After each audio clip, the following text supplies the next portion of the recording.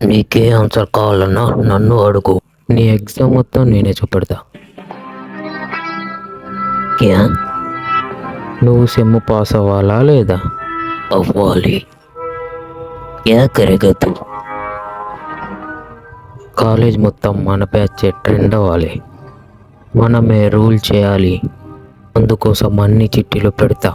నువ్వెన్ని పెట్టగలవు? మొత్తం చిట్టీలు పెడతా. అసలు నీకు మొత్తం ఎన్ని చాప్టర్లు ఉన్నాయో